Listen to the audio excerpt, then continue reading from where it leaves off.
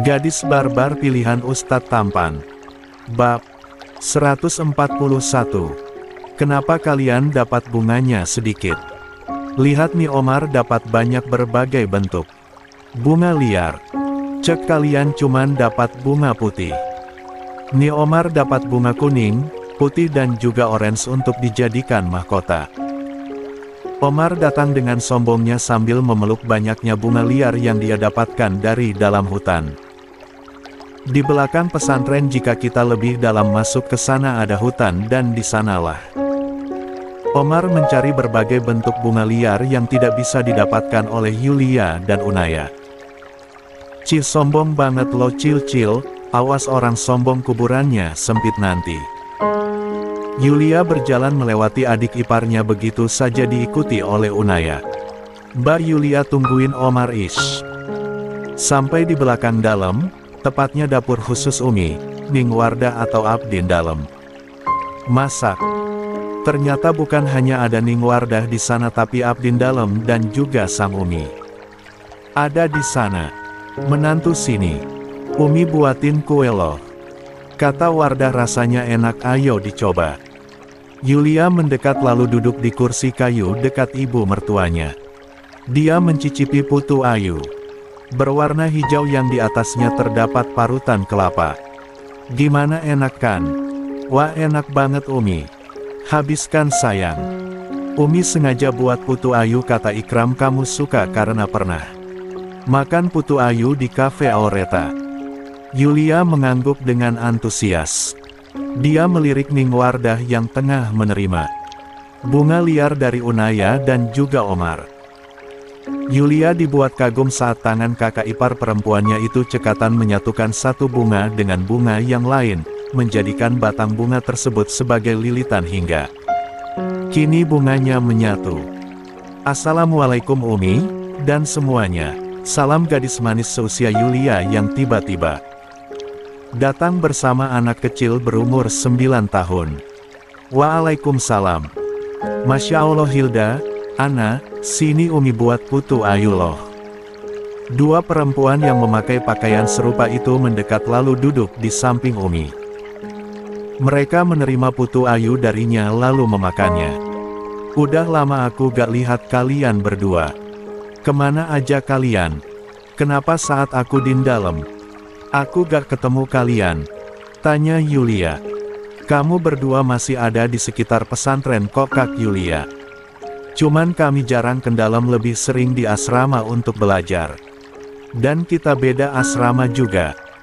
Asrama kakak ada di bagian paling depan kalau asramaku kan ada di belakang. Dan kelas kita juga berbeda arah jadi kita jarang berpapasan. Aku juga kangen Kak Yulia.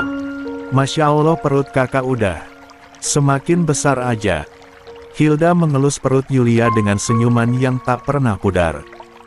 Ana juga mengelusnya lalu menyengir hingga deretan giginya terlihat, begitu takjub karena ada bayi di dalam perut mbaknya ini. Aku tidak sabar menantikan keluarga baru. Ana juga, pasti nanti dedek bayinya gemesin. Seru Ana. Doain semoga lancar. Amin ya Allah. Yulia berdiri lalu mendekati Ningwardah yang telah jadi membuat mahkota dari bunga. Dia semakin kagum karena bunga tersebut semakin indah bila dijadikan mahkota. Kamu juga mau Yulia? Yulia mengangguk antusias membuat Ningwardah tertawarnya. Lucunya adik ipar. Teteh ini. Sini menunduk, teteh akan pakaikan mahkotanya ke atas kepala kamu. Ningwardah membuat mahkota dari bunga liar 5 mahkota dengan ukuran berbeda-beda. Satu telah dipakai oleh Unaya dan Omar. Dan juga sekarang Yulia dan dirinya sendiri satunya lagi nganggur. Hilda, Ana, kalian juga mau teteh buatin mahkota gak? Mau teh? Sini-sini merapat. Umi juga mau atuh. Wanita parubaya itu ikut-ikutan. Suasana di belakang dalam begitu nampak hangat akan tawa kebahagiaan mereka semua. Yulia menatap keluarga dari suaminya dengan senyuman tak pernah pudar. Dia begitu beruntung berada di bagian keluarga Al-Husain. Semoga tetap seperti ini ya Allah, gumamnya. Mau kemana Dik Yulia? Tanya Gus Hilmi membuat langkah kaki Yulia yang akan pergi. Darin dalam seketika terhenti. Mau pulang ke rumah Bang. Kan bentar lagi Mas Ubi datang, aku harus siapin makanan. Tetap di dalam Dik. Ikram kirim pesan ke abang kalau hari ini suamimu itu akan pulang. Kemalaman. Kenapa malam? Apa ada masalah Bang? Gus Hilmi menggeleng. Tidak ada, hanya saja suamimu dapat undangan mendadak suruh isi ceramah di tempat lain. Dia mau menolak tapi segan karena yang mengundangnya. Teman dekat Abi. Jangan khawatir, Ikram akan baik-baik aja Dik Yulia. Boleh aku pinjam ponsel abang? Aku ingin menelepon Mas Ubi. Rindu ya? Goda pria itu membuat pipi Yulia memerah. Boleh gak Bang? Boleh Dik. Nanti kasih ponsel abang ke Wardah ya. Abang sore ini mau ke asrama putra. Yulia memberikan hormat lalu dia menjawab salam dari kakak iparnya yang pergi dari dalam. Nama kontak suaminya di ponsel Bang Hilmi begitu lucu. Set dingin, dengan emot es salju. Kenapa Mas Ubi gak angkat teleponku coba? Kesalnya. Sibukkah? Panggilan kelima akhirnya tersambung membuat Yulia berseru heboh. Assalamualaikum Bang. Ikram lagi nyetir, maaf baru jawab soalnya musiknya kekencengan dan Ikram baru sadar abang telepon dari tadi. Ini aku Mas Ubi bukan Bang Hilmi. Di seberang sana Ikram terlihat heran. Dia sampai melihat kontak di ponselnya, ternyata kontaknya masih abangnya bukan istrinya. Aku pinjam ponsel Bang Hilmi. Kangen Mas makanya aku telepon. Ikram tertawa, dia menghentikan mobilnya saat lampu lalu lintas berubah menjadi merah. Mas juga kangen kamu. Maaf hari ini Mas pulang telat soalnya Mas mau pergi ke Jakarta Utara. Di sana Kiai Harun teman baik Abi sedang mengadakan acara tablik akbar dan Mas disuruh isi ceramah. Mas gak bisa nolak jadi Mas dalam perjalanan ke sana. Nanti insya Allah jika Mas gak lupa akan beli jajanan pinggir jalan yang kamu sukai. Ditunggu aja ya Zaujati. Mungkin jika Yulia yang dulu akan mengeluh karena suaminya pulang malam entah jam berapa walaupun alasannya mengisi ceramah tapi sekarang dia mengerti. Gak apa-apa kok Mas. Semangat Mas Ubiku. Aku akan tidur di rumah kita Mas, gak mau di dalam. Cepat pulang ya soalnya aku gak bisa tidur jika Mas gak elus-elus perut aku kayak biasa. Lo kok mau tidur di rumah sih sayang? Jangan tidur di sana. Kamu gak boleh sendirian. Harus di dalam pokoknya karena keluarga Mas semua ada di sana dan bisa pantau kamu selama Mas gak ada. Gak mau Mas. Aku maunya di rumah kita. Nanti aku akan suruh Hilda temani aku selama Mas belum datang di rumah jadi gak perlu khawatir. Setuju ya Mas? Ya. Baiklah, kalau ada apa-apa hubungi Mas. Udah makan belum? Siap Mas. Udah tadi masak bareng di belakang pesantren sama Umi, Teh Wardah dan Abdin dalam terus kita makan bareng di sana sama Omar, Bang Hilmi dan Abi Laksa juga. Mereka terus saja mengobrol sampai akhirnya Ikram terpaksa mengakhiri teleponnya karena ponselnya kehabisan baterai. Dia kembali fokus mengendarai mobilnya. Masih sore hari dan Yulia berada di kamarnya tengah bermain ponsel. Sedangkan Hilda dan Ana yang menemaninya pergi ke belakang rumah karena mereka berdua ingin melihat keindahan di sana sambil melihat senja. Kekahan keluar dari mulutnya.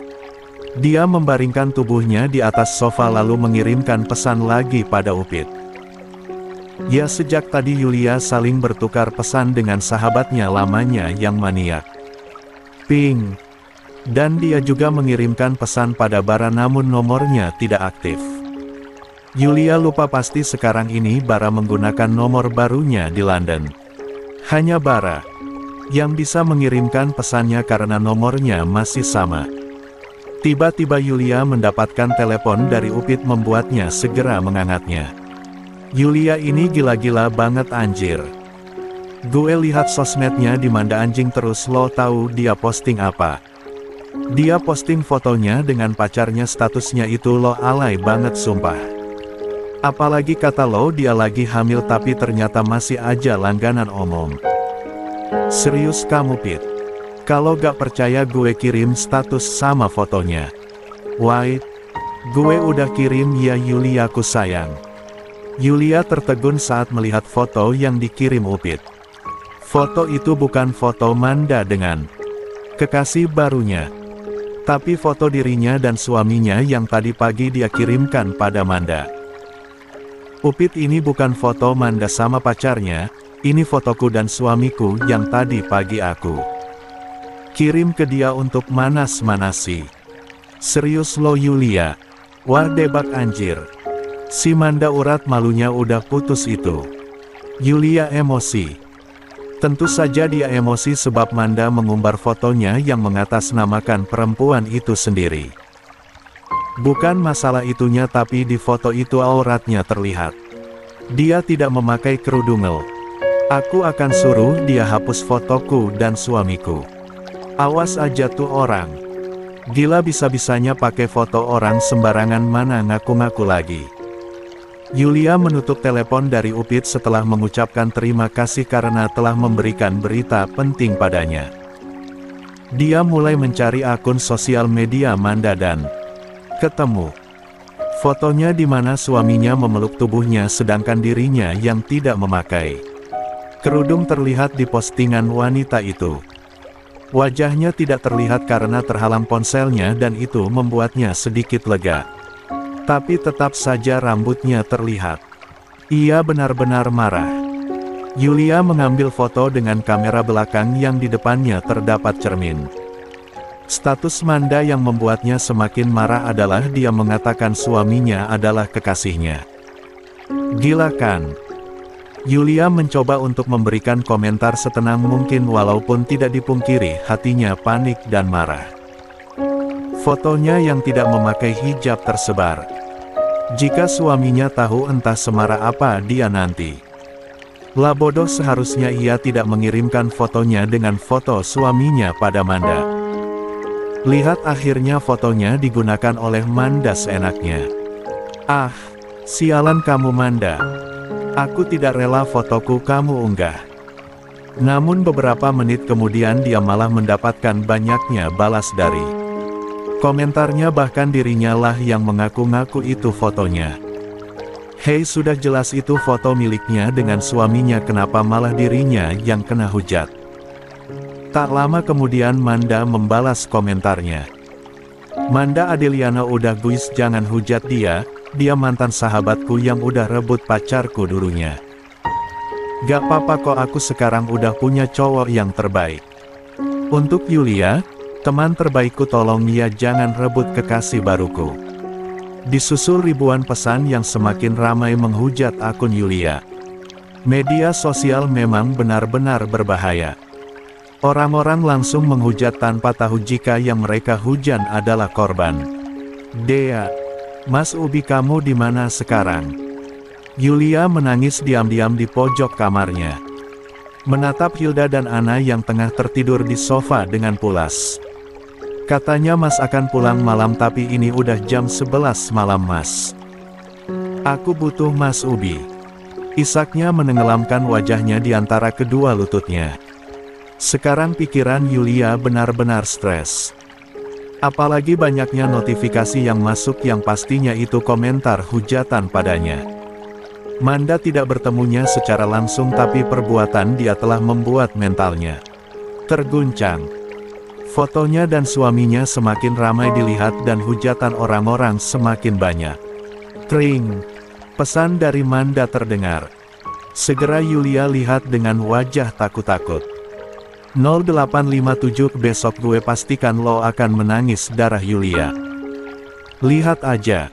See you mantan teman tersayangku. Ya Allah. Lirih Yulia mengusap perutnya yang terasa sakit. Kehamilannya ini membuat jiwanya lemah.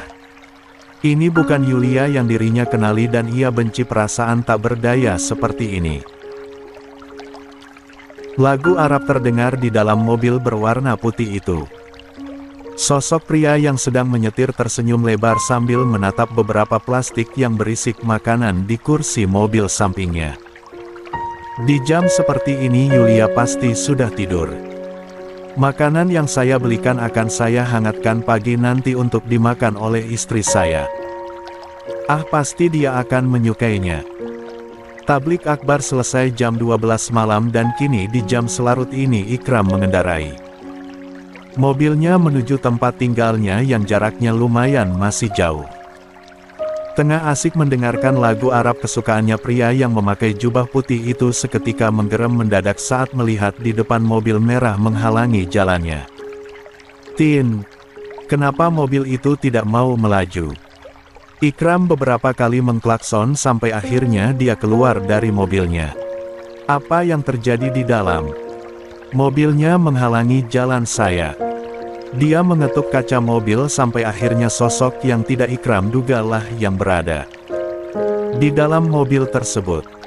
Mas Ikram, kebetulan sekali kita bertemu di tengah malam seperti ini. Mobilku mogok Mas, boleh tidak Mas Ikram berikan aku tumpangan menuju ke rumahku? Mobilku di sini aja. Nanti akan ada tukang bengkel yang datang. Ikram mundur sambil beristighfar. Kenapa juga takdir mempertemukannya dengan wanita yang dia hindari?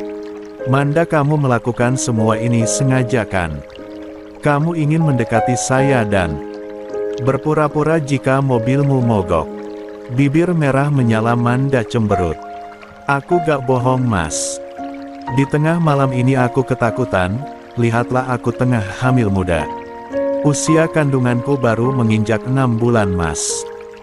Mas akan tega membiarkan wanita baik-baik sepertiku sendirian di sini? Wanita baik mana yang ingin merebut suami orang? Jangan panggil saya Mas, kita tidak sedekat itu Manda. Maaf, saya harus pergi karena istri saya sudah menunggu saya di rumah. Assalamualaikum. Ikram benar-benar pergi membuat Manda panik seketika.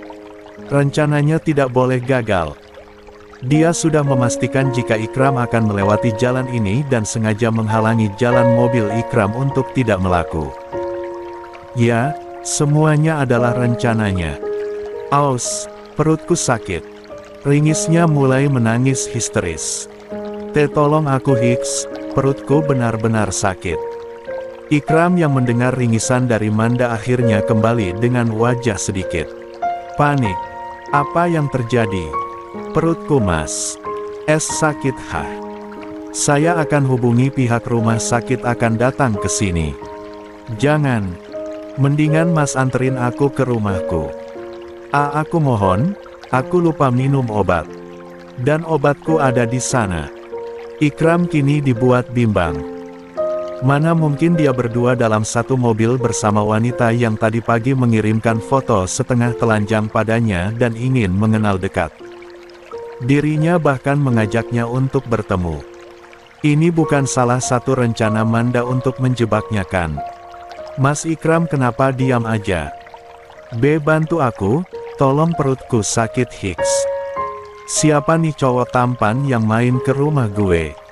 Bukannya dari bentuk badannya ini kayak suami lo Yulia.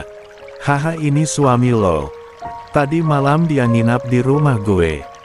Lo harus tahu kalau gue tuh gak terkalahkan. Yulia, baik, gue akan menghabiskan waktu bareng Mas Ikram pagi ini. Selamat menangis darah Yuliaku sayang. Foto di mana sosok pria yang terbangun dari atas kasur dengan kondisi tubuh bagian atas telanjang dikirim oleh nomor tak dikenal dan itu adalah nomor Manda. Tubuh Yulia bergetar saat melihat foto dan pesan yang terkirim dari mantan teman toksiknya. Dia seketika menjatuhkan ponselnya ke lantai lalu duduk di kursi karena kedua kakinya yang semakin lemas. Enggak mungkin itu Mas Ubi. Teriaknya meremas rambutnya dengan kuat. Cobaan apalagi ini? Kenapa Manda begitu tega melakukan semua ini padanya? Dia menggeleng lalu tertawa kencang. Mas Ubi pasti udah datang, mana mungkin dia bermalam di rumah Manda, ini semua. Mustahil. Ini foto pasti editan. Sialan kamu Manda. Kamu kira aku gampang dibodohi. Ini semua pasti tipuan agar rumah tanggaku hancur.